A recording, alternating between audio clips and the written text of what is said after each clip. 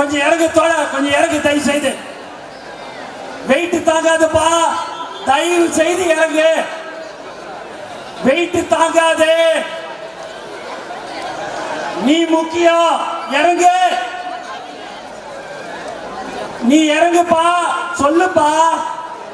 வினோத எல்லாரையும் சொல்லி இறக்கி விடு, சொல்லு. கொஞ்சம் போங்கண்ணா, கொஞ்சம் போங்க.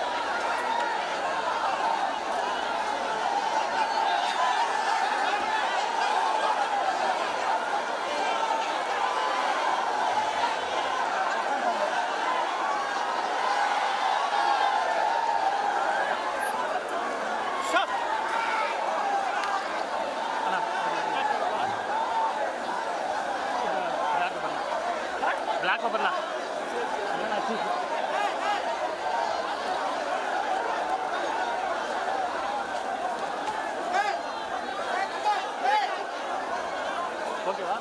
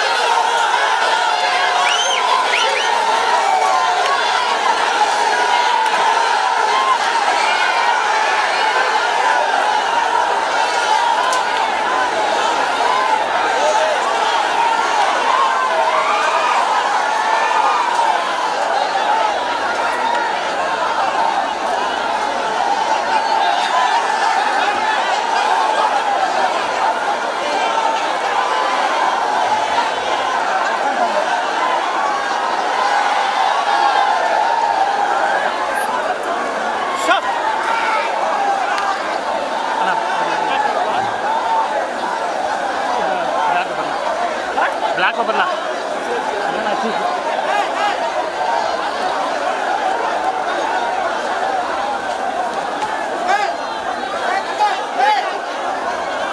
ஓகேவா?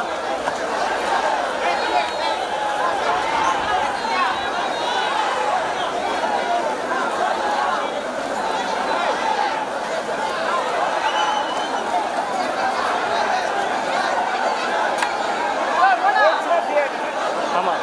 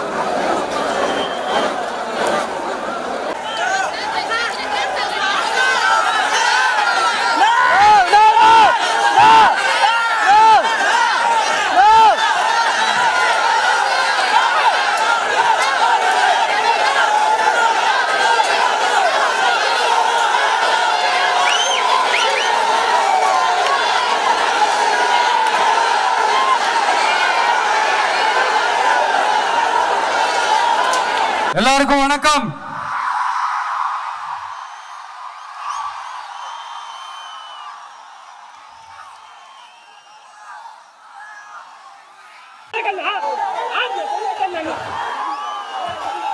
கிட்டத்தட்ட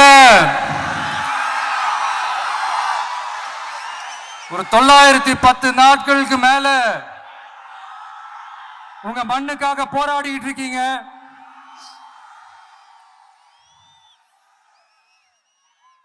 உங்க போராட்டத்தை பத்தி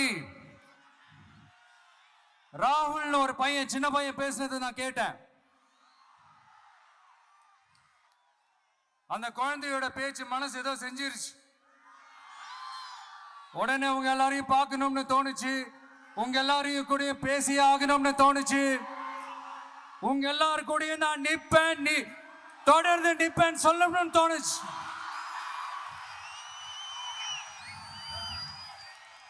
ஒவ்வொரு வீட்டுக்கும் ரொம்ப முக்கியமானவங்க அந்த வீட்டில் இருக்கிற பெரியவங்க தான். அதே மாதிரிதான் நம்ம நாட்டுக்கு ரொம்ப முக்கியமானவங்க உங்களை மாதிரி விவசாயிங்க தான். அதனால உங்களை மாதிரி விவசாயிகளோட காலடி மண்ணை தொட்டு கும்பிட்டுதான் என்னோட பயணத்தை தொடங்கணும்னு ஒரு முடிவோட தான் இருந்தேன். அதுக்கு சரியான இடம் இதுதான் எனக்கு தோணுச்சு.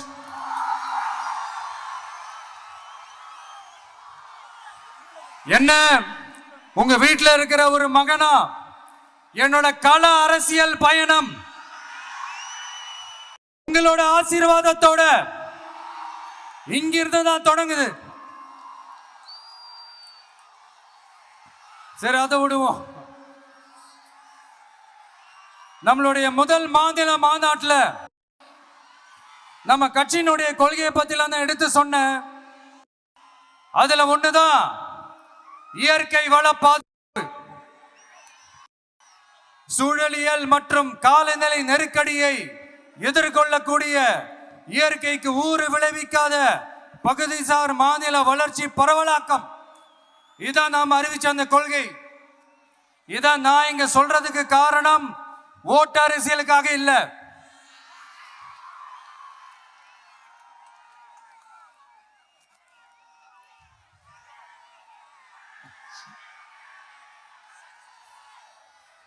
இன்னொரு தீர்மானம் அதே மாநில மாநாட்டில் நான் சொன்னேன். அது விவசாய நிலங்கள் பாதுகாப்பு கொள்கை தீர்மானம். அதுல காஞ்சிபுரம் மாவட்டம் பரந்தூரில் 1000க்கும் மேற்பட்ட ஏக்கர் பரப்பளவில் 13 நீர்நிலைகளை அழிச்சு சென்னையை நிரந்தரமாக வெள்ளக்காடாக்கும் திட்டத்தை ஒன்றிய மாநில அரசுகள் கைவிட வேண்டும் வலியுறுத்தின. அது மட்டும் இல்லாம இந்த மண்ணுக்காகவும் மக்களுக்காகவும் நம்ம விவசாயிகள் பாதிக்கிற இந்த திட்டத்துக்கு எதிராக சட்ட போராட்டம் நடத்தவும் தயங்க மாட்டோம்னு சொல்லியிருந்தோம். அதை இங்க உங்க முன்னாடி ரொம்ப ஸ்ட்ராங்கா வலியுறுத்துறேன். இந்த பிரச்சனையில நான் உங்களோட உறுதியா நிற்பேன். இன்னொரு முக்கியமான விஷயம், நம்மளை ஆண்டுகிட்டு இருக்கிற ஒன்றிய அரசுக்கும் மாநில அரசுக்கும் நான் சொல்லணும்னு நினைக்கிறேன். நான் இங்க வளர்ச்சிக்கு எதிரானவெல்லாம் கிடையாது. ஏர்போர்ட்டே வரக்கூடாதுன்னு நான் சொல்லல, இந்த இடத்துல வரக்கூடாதுன்னு நான் சொல்றேன். இதை நான் சொல்லலன்னு வைங்களேன், இவன் வளர்ச்சிக்கு எதிரானவன் அப்படி இப்படின்னு சொல்லி ஒரு கதையை கட்டி ஆரம்பிச்சிருவாங்க. சரி, நமக்கு அதை பத்தி எல்லாம் கவலை இல்லைன்னு வைங்க.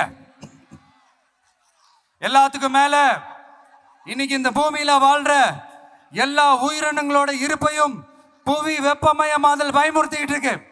அதனுடைய ரிசல்ட் தான் ஒவ்வொரு வருஷமும் இந்த மழை காலத்துல வெள்ளத்துல சென்னை சிட்டி எப்படி தத்தளிச்சுக்கிட்டு இருக்கிறது நம்ம பாக்குறோம். இப்ப ரீசன்ட் டைம்ல எடுத்த ஒரு அறிவியல் ஆய்வுல இப்படி ஒவ்வொரு வருஷம் சென்னையில வர ஃப்ளட்டுக்கு காரணமே இங்க இந்த சுற்றுவட்டார பகுதியில் இருக்கிற சதுப்பு நிலங்களை நீர்நிலைகளை அழிச்சது தான் சொல்லுது. இப்படி ஒரு சூழல் இருக்கும் போது 90% ஆஃப் விவசாய நிலங்கள் 90% ஆஃப் நீர்நிலைகளை அழிச்சு இங்க இந்த பரந்தூர் விமான நிலையத்தை கொண்டு வரணும்னு எடுக்கிற அந்த முடிவை எந்த அரசா இருந்தாலும் அது மக்கள் விரோத அரசா தான் இருக்க முடியும்.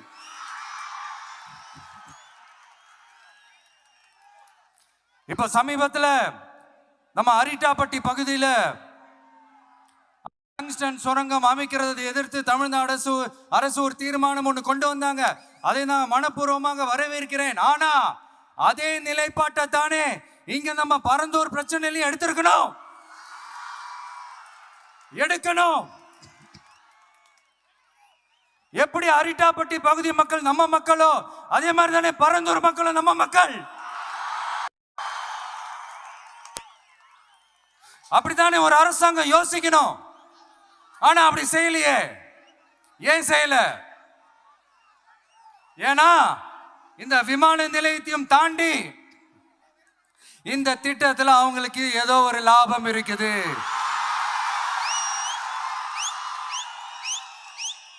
அத நம்ம மக்கள் தெளிவா புரிஞ்சு வச்சிருக்கிறாங்க. நம்மளுடைய ஆட்சியாளர்களுக்கு ஒரு சில கேள்விகள். நீங்க எதிர்கட்சியா இருக்கும் போது 8 வழிச்சாலையை எதிர்த்தீங்க, அந்த காட்டுப்பள்ளி துறைமுகத்தை எடுத்தீங்க. அதே தானே இங்கேயும், அதே நிலைப்பாடு தானே இங்கேயும் எடுக்கணும். அது எப்படி நீங்க எதிர்கட்சியா இருக்கும் போது விவசாயிகளுக்கு ஆதரவு, ஆளுங்கட்சியா இருக்கும் போது விவசாயிகளுக்கு எதிர்ப்பா? இது எனக்கு புரியலையே.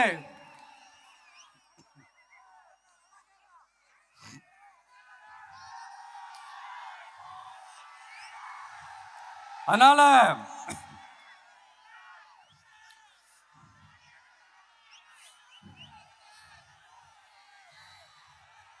இனிமேலும் சொல்றேன், உங்க நாடகத்தெல்லாம் பார்த்துக்கிட்டு மக்கள் சும்மா இருக்க மாட்டாங்க. நீங்க உங்களோட வசதிக்காக அவங்களோட நிக்கிறதும் அவங்களோட நிக்காம இருக்கிறதும், நாடகம் ஆடுறதும் நாடகம் ஆடாம இருக்கிறதும், அது சரி. நம்புற மாதிரியே நாடகம் ஆடுறதுல தான் நீங்க கில்லாடிங்களாச்சு. அதையும் மீறி நம்ம விவசாயிங்க உங்க போராட்டத்துக்கு எதிராக போராடினாங்கன்னா பிரச்சனை தான். அதனால இனிமேல் உங்க நாடகத்தை பார்த்துக்கிட்டு மக்கள் சும்மா இருக்க மாட்டாங்க. உங்களோட இந்த விமான நிலையத்துக்காக நீங்க ஆய்வு செஞ்ச இடத்தை மறு ஆய்வு செய்யணும்னு ஒன்றிய அரசுக்கும் மாநில அரசுக்கும் நான் கேட்டுக்கிறேன். விவசாய நிலங்கள் இல்லாத இந்த பாதிப்புகள் குறைவா இருக்கிற இடங்களா பார்த்து உங்களுடைய விமான நிலையத்தை கொண்டு வாங்க. வளர்ச்சி தான் மக்களை முன்னேற்றம். ஆனா அந்த வளர்ச்சின்ற பேர்ல நடக்கிற அழிவு மக்களை ரொம்பவே பாதிக்கும்.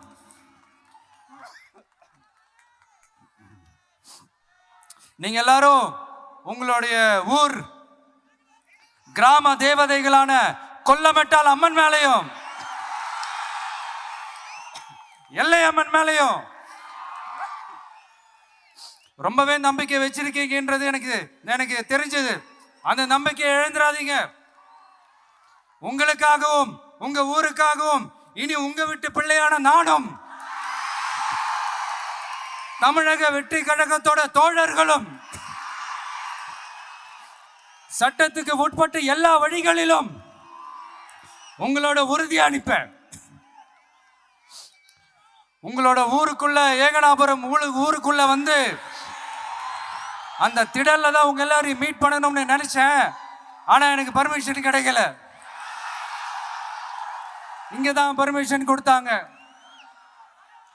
நான் ஏன் ஊருக்குள்ள வரணும்னு தடையின்னு எனக்கு தெரியல.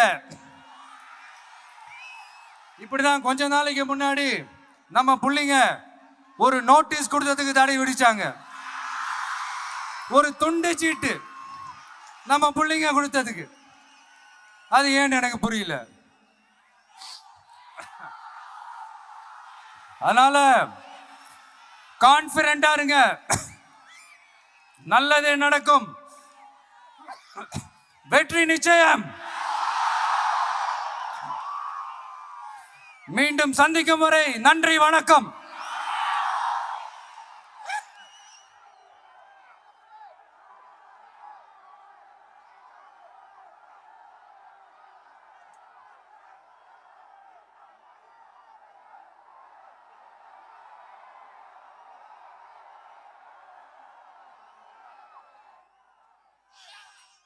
இன்னும் கொஞ்ச நேரம் டைம் ஸ்பெண்ட் பண்ணலான்னு தான் வந்தேன். ஆனா நிலவரம் பார்த்தா முடியாது போல் இருக்கு. சரி, ஓகே. உங்க எல்லாரையும் பார்த்ததுல ரொம்ப ரொம்ப சந்தோஷம். மீண்டும் இதே ஊருக்கு, உங்க ஏகனாபுரம் ஊருக்குள்ள நான் வரேன். Thank you so much.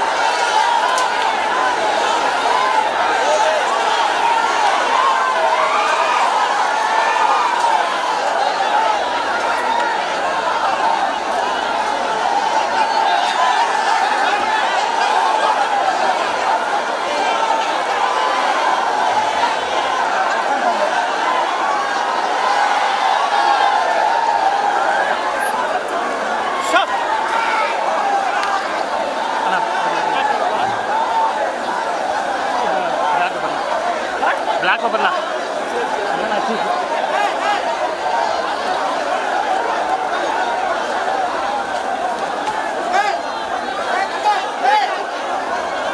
ஓகேவா?